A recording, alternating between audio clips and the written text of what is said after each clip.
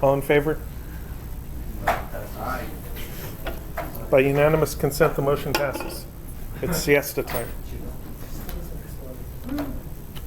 All right. So, as your sleep time entertainment, I provide with you a lesson on momentum.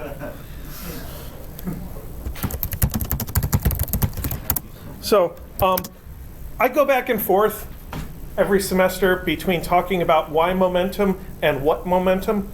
And this semester has fallen on the what is momentum to start out with. So, first of all, what is momentum? It's defined by a formula. And the formula is P, which is momentum for some god-awful reason, is equal to m times v. So, if you're wondering why we use the letter P to represent momentum in formulas, I don't really have a good reason for you. It might be like the letter P in the word pneumatic, where there's a silent P at the beginning of the word, but in the word momentum, it's also invisible. That's your bad joke for the day. I think of that as one of my better bad jokes. But what is it really? It's a vector description of motion because it involves velocity, and velocity is a vector description of motion. And it's a property of objects. Of course, velocity is also a property of an object. It is part of what an object is doing at any given time. It's certainly related to kinetic energy. So if we look at the kinetic energy formula, K equals 1/2 mv squared, it involves mass, it involves velocity. More mass means more of either one of those. More velocity means more of either one of those. Of course, kinetic energy is a scalar, just a number, no direction, whereas momentum is a vector.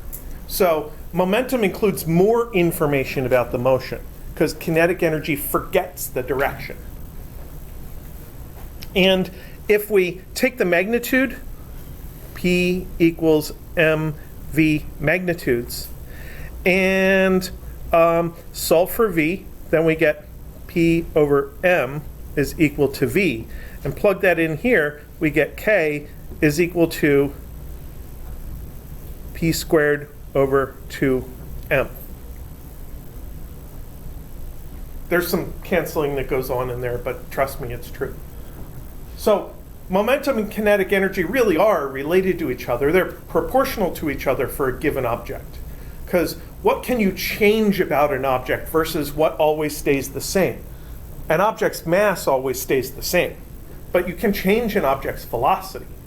So let's substitute out and get rid of that velocity thing that's changeable and express kinetic energy and momentum in terms of each other, and that's where that P squared over 2m comes from.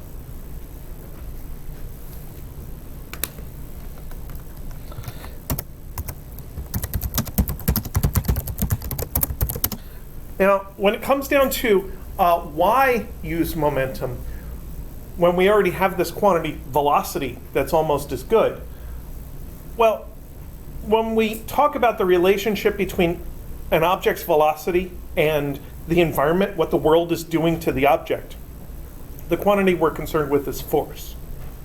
And the way force changes velocity is by Newton's second law, F net equals ma. And I'm going to write that down in a few lines and see where it goes from momentum. But momentum turns out to be easier to deal with.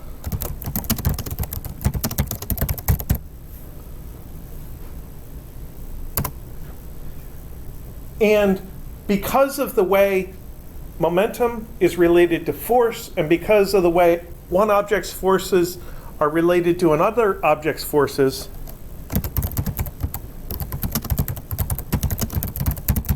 momentum turns out to be a universally conserved quantity. We can't create momentum, we can't destroy momentum, we can obtain momentum, but when we obtain momentum, something else doesn't have that momentum anymore.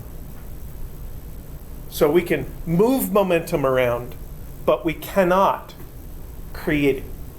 And that makes it a useful quantity, especially in the times when we find out that there is no momentum change for some reason or another. So let's look at this relationship with force.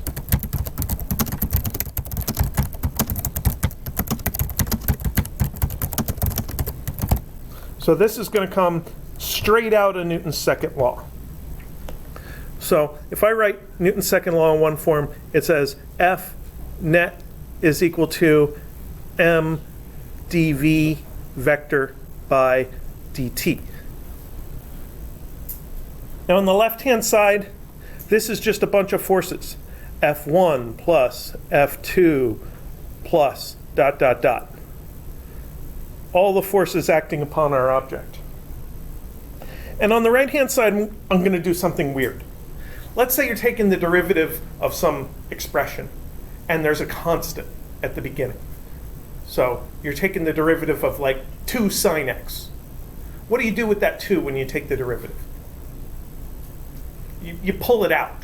You just take it, don't even think of it as being part of the derivative. Just think about it as being multiplied out front.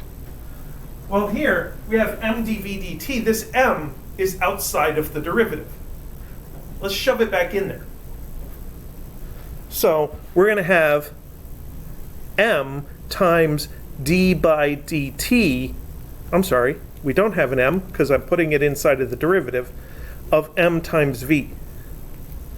There we go. That's what it's supposed to look like. And that right there, that's our momentum. P equals mv. So that equation speaks to me. That equation represents a concept. It's not just an equation. What that equation says is that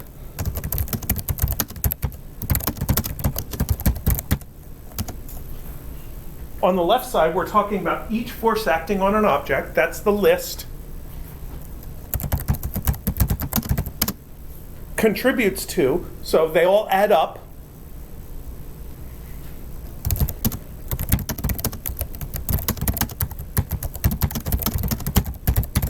The rate of change of momentum. And that's really what forces do to objects. Forces give objects momentum. And each force is giving a little bit of momentum, and the derivative of momentum is the rate of change. So if an object has some momentum and you exert some force on it, now it's going to have some more momentum. Or maybe some less momentum. It depends on the relative directions. Because remember, even though this is all phrased as addition, when you add vectors, it can end up looking like subtraction.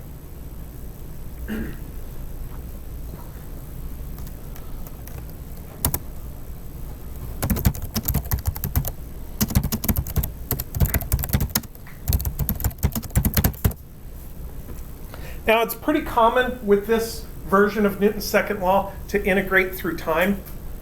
And what that does on the right-hand side is it turns the right-hand side into delta p. Because formally, when you integrate, you get the thing that was inside the derivative as an indefinite integral, then you plug in your limits of integration and subtract. And that's why we get delta p when we integrate something like that. Now on the left-hand side, this is going to be a new quantity, I1 plus I2 plus ... And what these are is I1 is defined as the integral of F1 dt, but you can think of it as F1 average times delta t.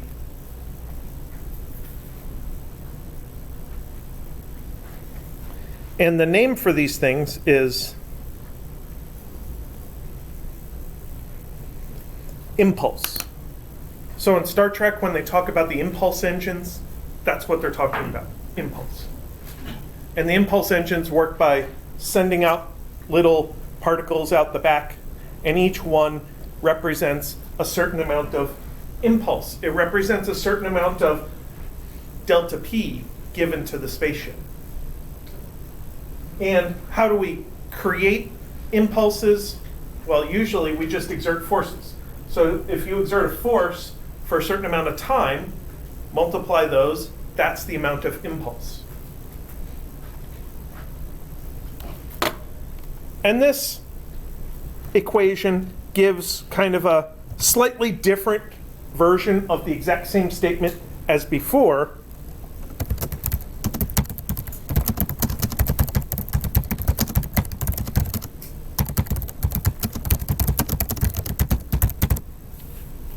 That each impulse contributes toward the momentum change of the object. The only difference between this and the previous one is we don't have the word rate here anymore. We integrated out the time. So the time is now part of the impulse, instead of it being on the right-hand side as part of the rate of change of momentum.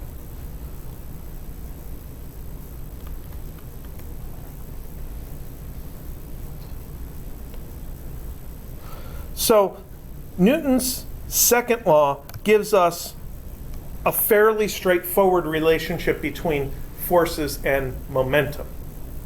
Now I want to look at Newton's third law.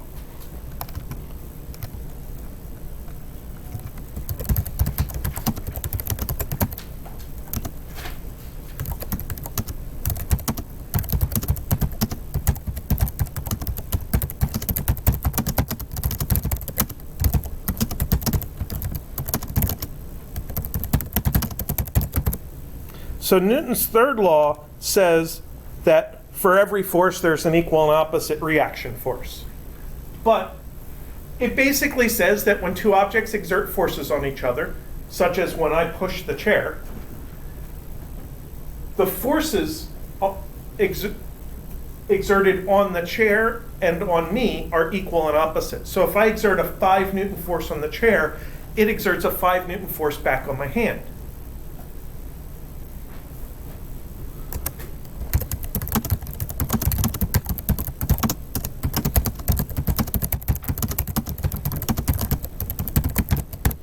But this means the impulses of those forces are equal and opposite. So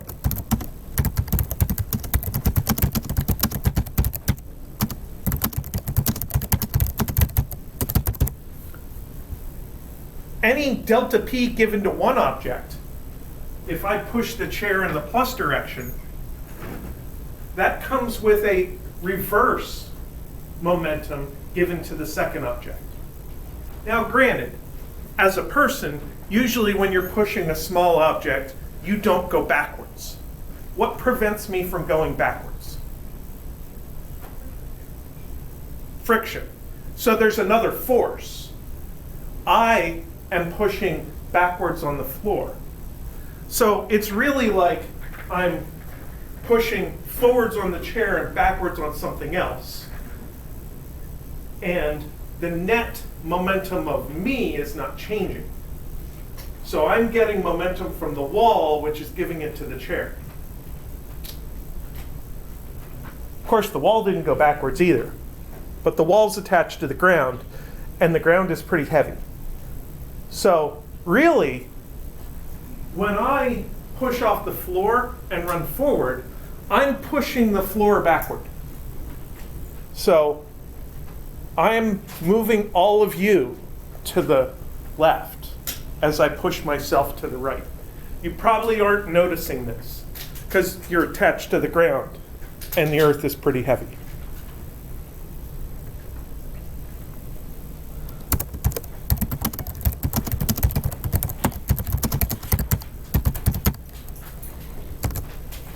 So this leads to the idea of conservation of momentum.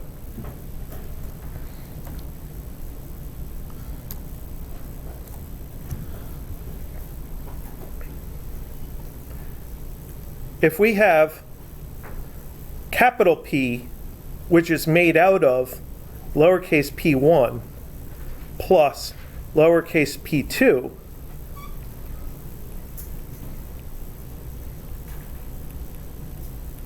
that's constant.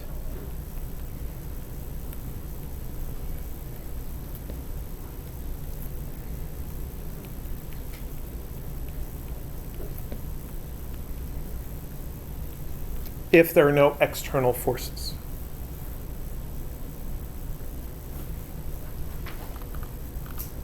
And there are lots of ways we use the idea of something being constant. Sometimes we'll say that capital P initial is equal to capital P final. That's a very common way to make use of the idea of something being constant. So you create one set of conditions for before, one set of conditions for after, and declare that the values of those things have to be equal. Then you can work with the value on the left-hand side and the value on the right-hand side and figure out what that tells you about other quantities. Another thing you could do is you could say delta capital P is equal to 0. Sometimes it makes more sense to talk about the delta than about the initial or the final value by itself. It just depends on what you're doing.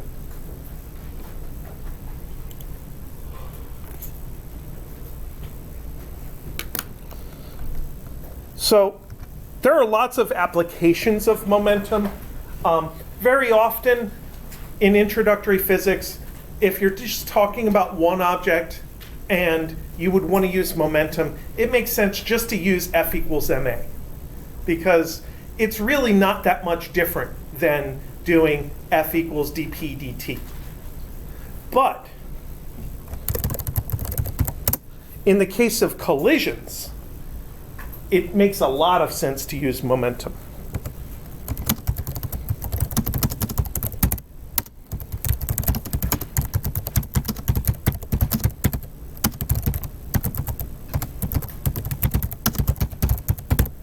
So I'll define what a collision is, at least for our purposes in introductory physics. It's a brief exchange of momentum between two objects that are otherwise isolated. So it meets that condition of no external forces, at least as compared to the forces between the objects, there are no external forces. It also highlights that there has to be a before time and an after time. The collision has to be somewhat brief. Now, how brief does it have to be? Milliseconds, that would qualify. Whole seconds, sure. Minutes, well, maybe. But by the time you start talking about long-term collisions, any small external forces start to become more and more significant. So it gets more difficult to call something a collision the longer it's exposed to any like friction or something. But for the most part, the forces of collisions are a lot stronger than other forces that might be happening. So we basically ignore the other forces. And I think that for you guys, the best thing to do is just to jump right in and start doing some calculations. So let's do that. Let's say a 1,500 kilogram car traveling at 20 meters per second collides with a 2,500 kilogram parked truck. So whether you're the car or the truck, this sounds like an unfortunate event that you don't want any part of.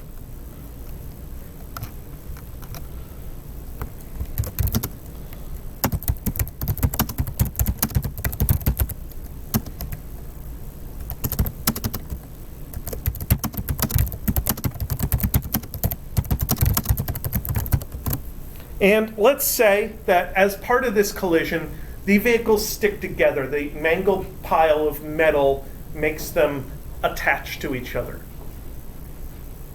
We can use what we have done so far to calculate what happens to them after the collision. So what I'm going to do is I'm going to declare total momentum initial equals total momentum final. And for before the collision, I'm going to have M1 V1 initial and M2 V2 initial. And that's going to be M1 V1 final plus M2 V2 final.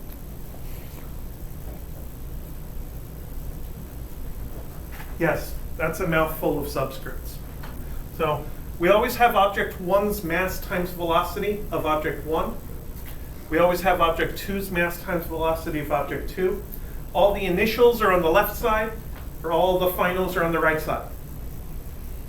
And note, the masses do not have to have i's and f's, because the mass of an object doesn't change. So let's do what we can to make this solvable. This is going to be 1,500 kilograms times 20 meters per second plus 0. So for the car, I'm doing mass times velocity, and I have to do it. For the truck, I do mass times velocity, but I just think the truck's not moving, so it's 0. Easy enough.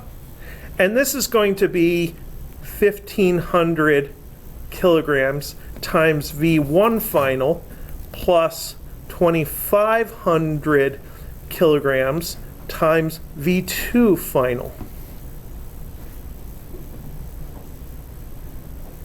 So I've plugged in my numerical information, and I haven't done any other real thinking yet. And at this point, I have one equation and two unknowns. I need to do something. I either need another equation or I need to eliminate an unknown. Any ideas?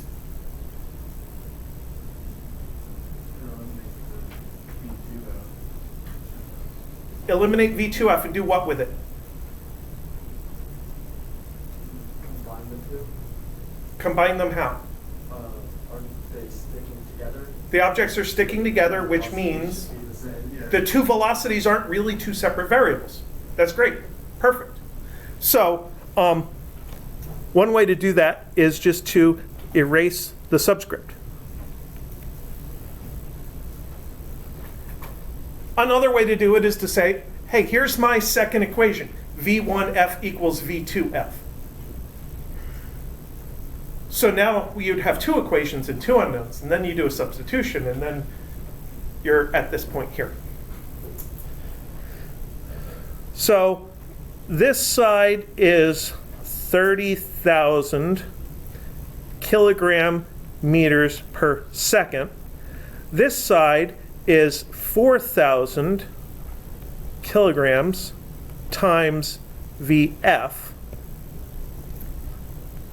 And that turns into 7.5 meters per second is VF. So we're kind of done at this point. We've solved out the system. So after the 20 meters per second car hits the truck and sticks, it slows down. And then I would assume after that there's going to be some friction, because usually parked vehicles have their brakes set or the engine's in park or something like that. So after that, there's going to be some friction. I'm not concerned about what happens after this moment. This is the moment just barely after the collision. After this moment, they can slow down more. That's not what I'm dealing with.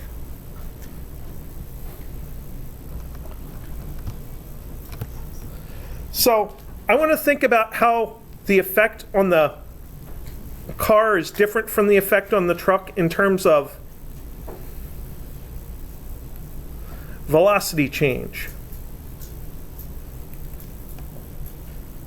Delta V1 is 7.5 minus 20 equals negative 12.5 meters per second. So the car was going in the plus direction. It slows down by 12.5 meters per second because of the collision. So it's slowing down from like 45 miles an hour to 15 miles an hour, very suddenly.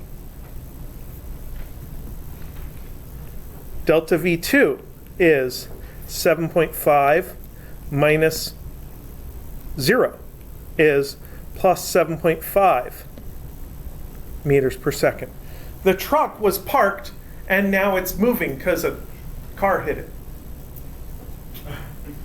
And the velocity change of the truck is less than the car's. So that gives us a general statement to say about collision dynamics.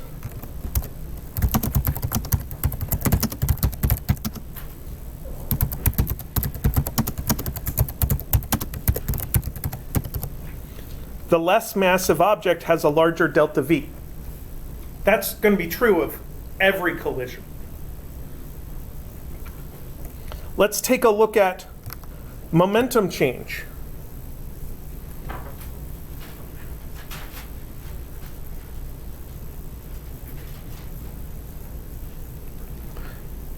Delta P1 is 1,500 times 7.5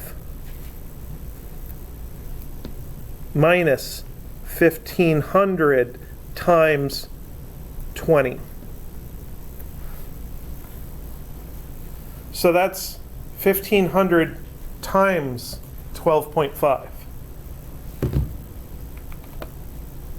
That's negative 18,750 kilogram meters per second.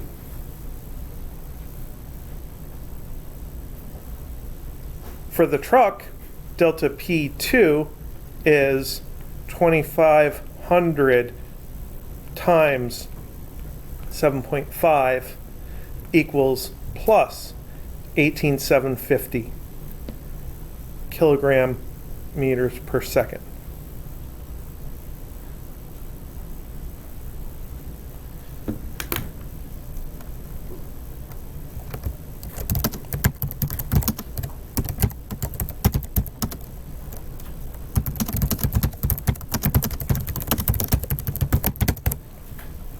So this delta P, that's the impulse. There was only one force that we were concerned with, the force exerted by the car on the truck. And they absorb equal impulses just in the opposite direction because the forces are equal just in the opposite direction. Remember that question from exam 2 that said when a car and a truck hit each other, what's true about the forces? They are equal. But the delta V's are different. Now, when you're inside a vehicle, you don't really care about the force felt by the outside of your vehicle. You care what the seat does to you, what the seat belt does to you, what the steering wheel does to you. So you're just concerned really with the delta V and the acceleration. So for the occupant of the truck versus the occupant of the car, it would be better to be in the truck.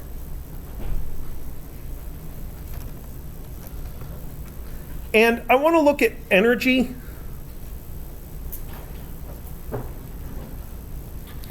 But I don't want to look at delta K of each object. I mean, I could look at delta K, and that would be the work done on each object. But I want to look at initial. So initially we'd have K is 1/2 times 1,500 times 20 squared. That's our kinetic energy. And it turns out to be 300,000 joules.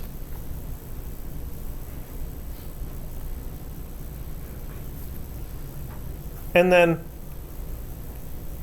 final energy, K1, is 1/2 1,500 7.5 squared.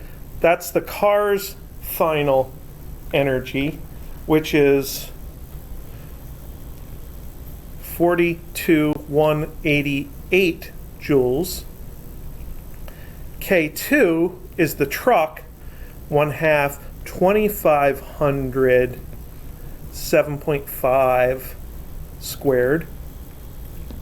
is 70313 joules, and K total is the sum of those, which is 112501 joules. This works a lot faster when I don't have to type it on the calculator. That means you get to go home sooner. Yay. So what happened to our energy?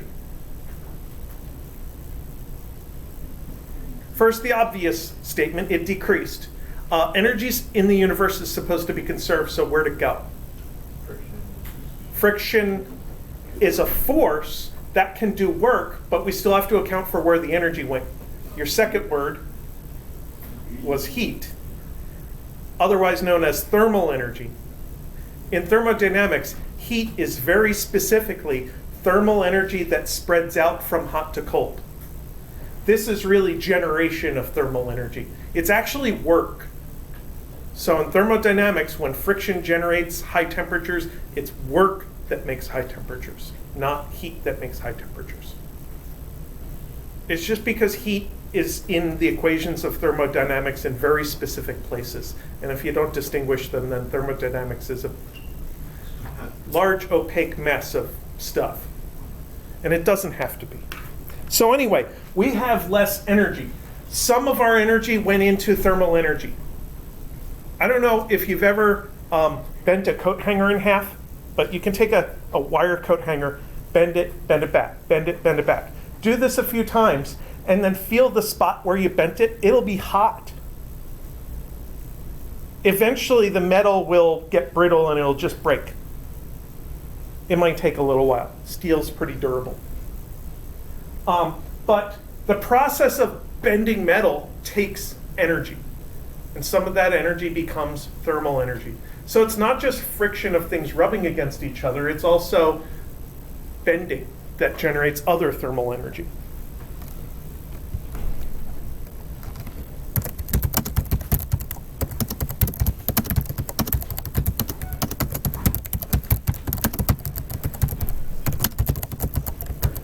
Now, of course, this wouldn't be an academic science class if we didn't invent terms and have definitions of those terms. So this collision where objects stick is called a perfectly inelastic collision.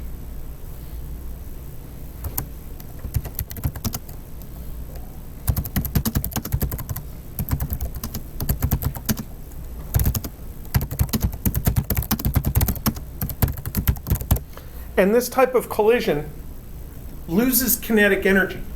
It loses as much as possible. We can't lose all the kinetic energy because we had that conservation of momentum thing going on. You can't make everything stop if you started with some total momentum. But this is as little kinetic energy as we could possibly have if we have two objects that have a total momentum.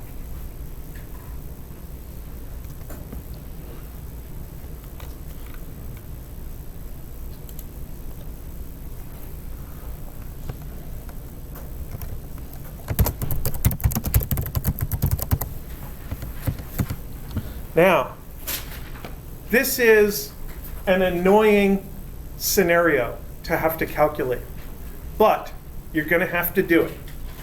And I would like to show you two ways of doing it, the traditional way and the easier, better way. So,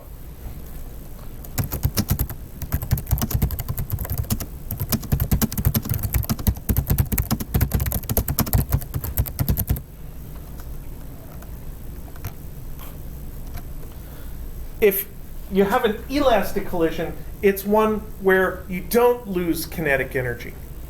Somehow you maintain the energy. So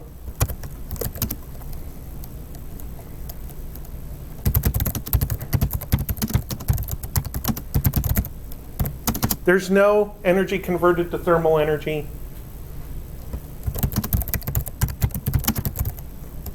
And no net work due to deformation.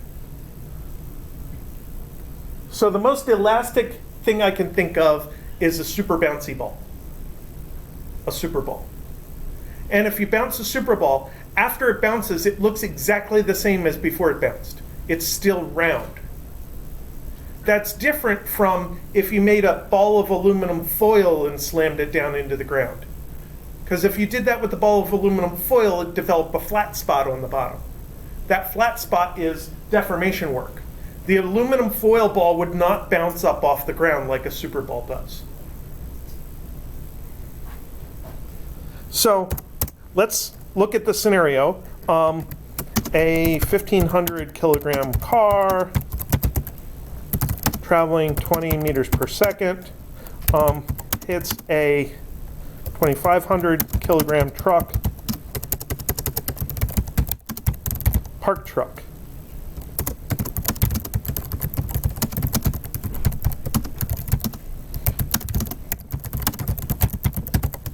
So if the collision is elastic, what are the final velocities? So here's the equations. Pi equals Pf, so that's 1,500 times 20 plus 0 equals 1,500 times V1F plus 2,500 times V2F. This time we don't get to combine them into the same variable. We have to have a different equation. So our different equation is Ki equals Kf. This one's ugly. 1/2 1,500 20 squared equals 1/2 1,500 V1 final squared plus 1/2 2,500 times V2 final squared. So we have two equations and two unknowns, which by itself is annoying. But in the one equation, our unknowns are squared, which makes it doubly annoying. And I don't know about you, but I don't want to solve this. So I've looked at this analytically many times, and there's an easier way to do this.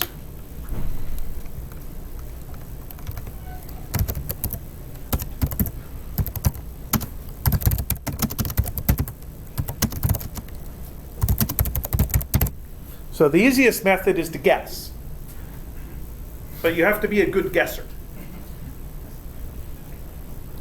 How about this? What if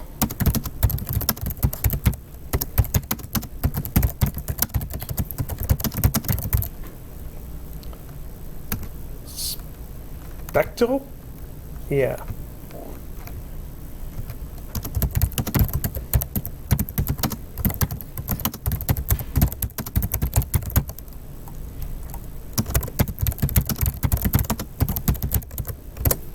What if we could concoct a special collision, in which both velocities just became negative of what they used to be?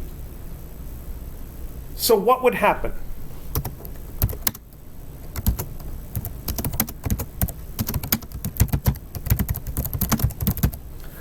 Our kinetic energy relationship would automatically be true because they're squared.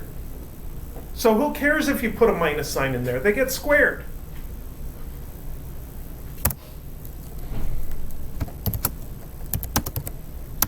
But what would happen to the final momentum? That would be m1v1 final plus m2v2 final, which would be m1 minus v1 initial plus m2 minus V2 initial, which was basically minus P initial. And that's supposed to be P initial. Because P initial is supposed to be P final. But in this special collision, P final is minus P initial. Is there any way for a variable to be minus itself? It is a vector. If x equals minus x, what do you know about x? It's 0.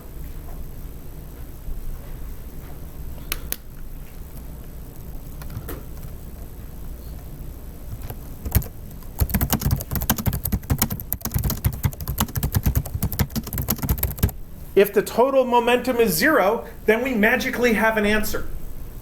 We can just slap a minus sign on each velocity and we have our solution after the collision. We don't have to solve the stupid 2 equations and 2 unknowns anymore. Okay, so how do we get there?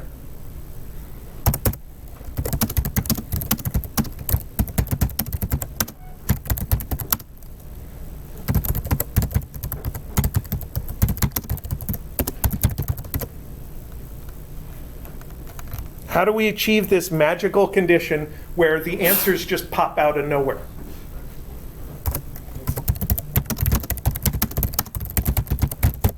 All we have to do is shift the frame of reference. So the frame of reference is like a camera that watches the universe of what's going on. And typically, we imagine a stationary coordinate system and our objects move in the stationary coordinate system. And we had the car moving at 20 meters per second, the truck was not moving, and they bounce. But we want 0 total momentum. Instead of having the car moving this way, we're going to move the camera with the car. Oh, but then the truck is going to come in from the other side. What we'll do is we'll put the camera partway in between them.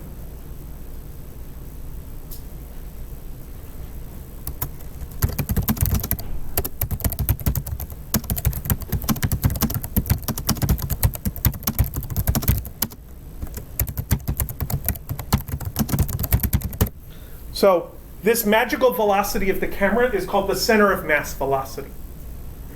And it's defined as follows.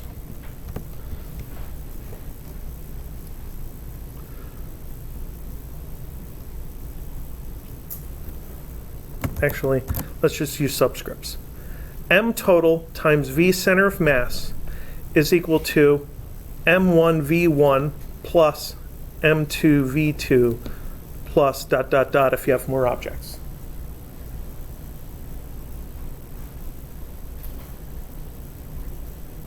What's interesting is we were already going to do that calculation. We were already going to do M1 V1 plus M2 V2. So step 1, find V center of mass. So in our example, we have 4,000 V center of mass is equal to 1,500 times 20 plus 0. Because our car was moving, so it had momentum coming in. Our truck was parked, so it had 0 momentum coming in. And then the definition of center of mass velocity is we just put the total mass times the center of mass velocity. This is actually exactly the perfectly inelastic calculation. So V center of mass is equal to 7.5 meters per second. We did that one already.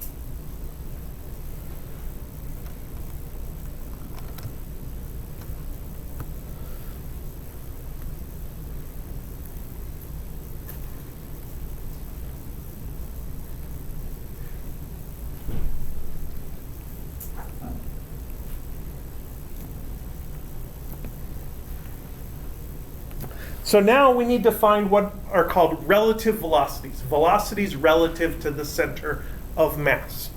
And the way they're defined is V prime is equal to V minus V center of mass. So all we have to do is take a velocity, subtract away the center of mass velocity, that is our velocity relative to the center of mass. So for instance, V1 initial prime is equal to V1 initial minus V center of mass. So that is 20 minus 7.5 equals 12.5. V1 initial prime.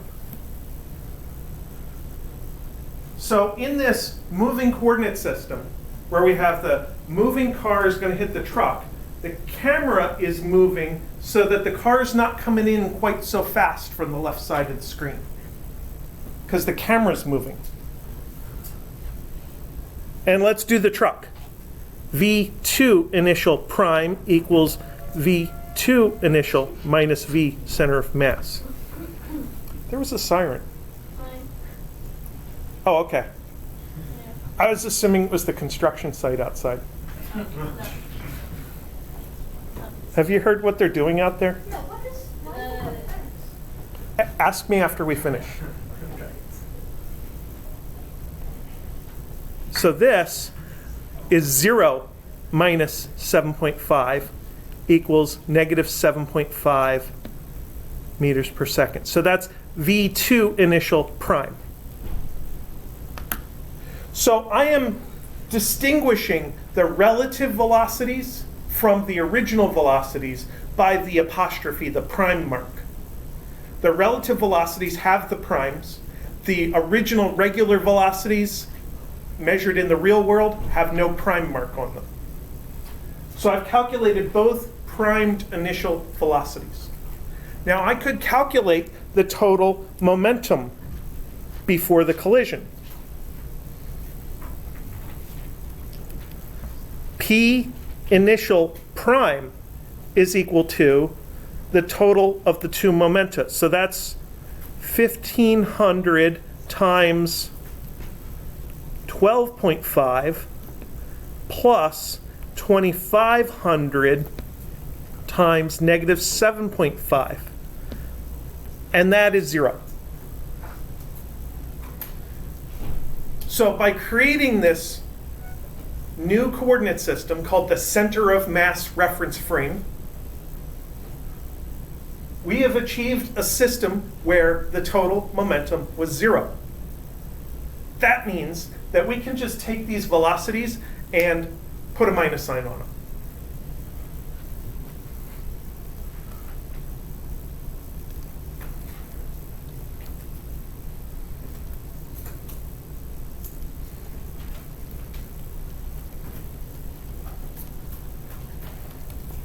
So our V prime final is minus V prime initial. Whether you're talking about object 1 or object 2, all we have to do is put a minus sign on it. So let's do it. V1 final prime equals minus 12.5 meters per second. V2 final prime equals plus 7.5 meters per second.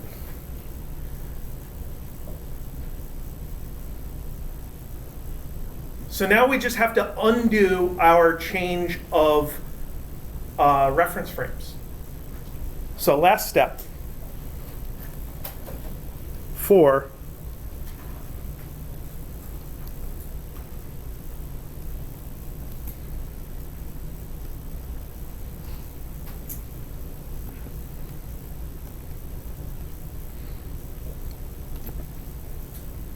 Convert back. If we scrolled that off the screen, then we have to scroll it back onto the screen. Sorry. If we subtracted V center of mass to generate the prime velocities, all we have to do is add that to the other side to use the prime to calculate the unprimed. So it's basically V equals V prime plus V center of mass. Okay, so we know our V center of mass. It was written up there somewhere. 7.5. V center of mass is equal to 7.5 meters per second. That doesn't change. The center of mass velocity is related to the total momentum of the collision. The total momentum doesn't change. So we get to use the exact same original V center of mass equals 7.5, and our V1 final is equal to V1 final prime plus V center of mass. So that is negative 12.5 plus 7.5. So that is negative 5 meters per second. V1 final done.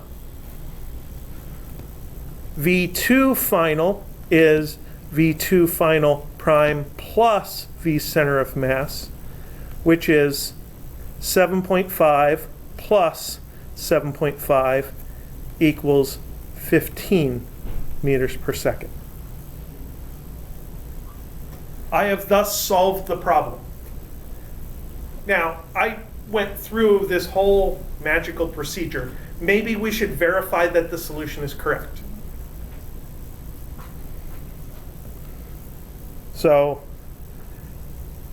delta P1 is 1500 times V1 final is -5 minus V1 initial is 20. So that's 1500 times -25.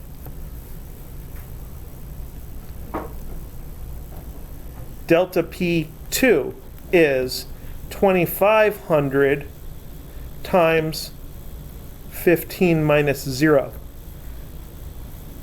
And hopefully you can see that 2500 times 15 is the same as 1500 times 25. It's just this one has a minus sign. So the two momenta changes are exactly opposite each other. First requirement met. Second requirement. K initial is 1/2 times 1500 times 20 squared is 300,000 joules. That didn't change, so I just kind of wrote the same thing I wrote on the previous page. So let's do K final. This is 1/2 times 1500 times 5 squared plus 1/2 2500 times 15 squared. 1/2 mv squared, 1/2 mv squared. It's squared, so I don't worry about the minus sign. It's just more likely to mess up my calculation in the calculator. 1/2 mv squared, mass, velocity. So this turns into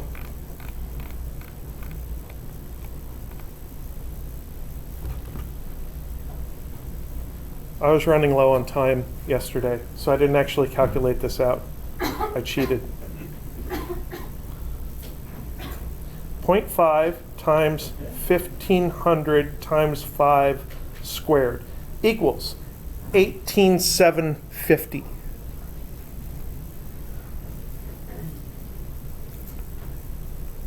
Plus 0.5 times 2500 times 15 squared equals 281,250.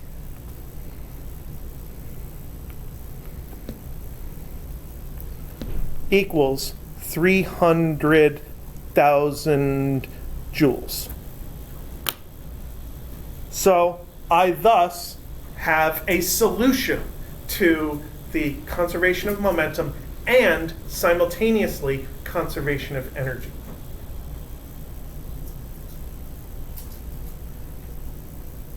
And in mathematics, it's perfectly legitimate to guess the solution, as long as you can prove that it's a solution.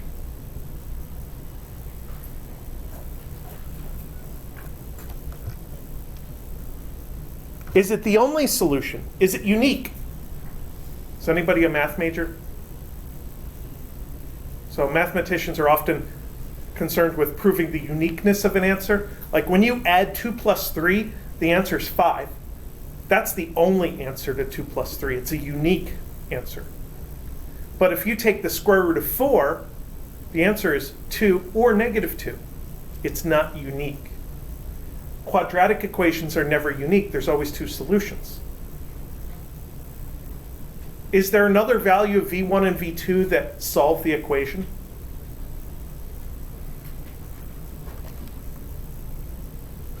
So there's our equations. We want a V1 final and V2 final that solve those equations. How about V1 final equals 20, V2 final equals 0? Will that solve the equations? Sure. It basically says nothing happened. So the car could miss. Or the car could, I don't know, dephase and go right through the truck without doing anything. It would obey the equations, but it doesn't count as a collision because a collision has to have an exchange of momentum. So I would put another requirement there. Delta P1 is not equal to 0. And then that would exclude the second solution. But this solution, V1 final equals -5 and V2 final equals plus 15, that solution works.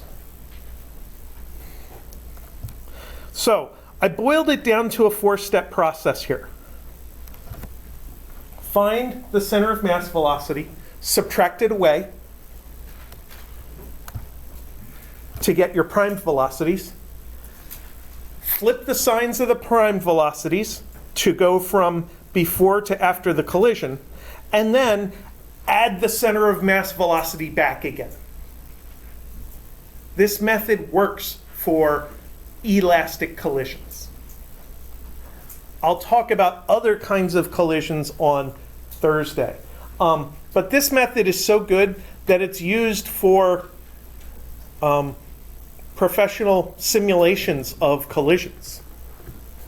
One possibility is simulating a gas of molecules. So each molecule might be modeled as a little sphere, and they move around in a box or in a room or whatever, and occasionally they hit each other. And when they hit each other, you can simulate the collision with a system much like this one.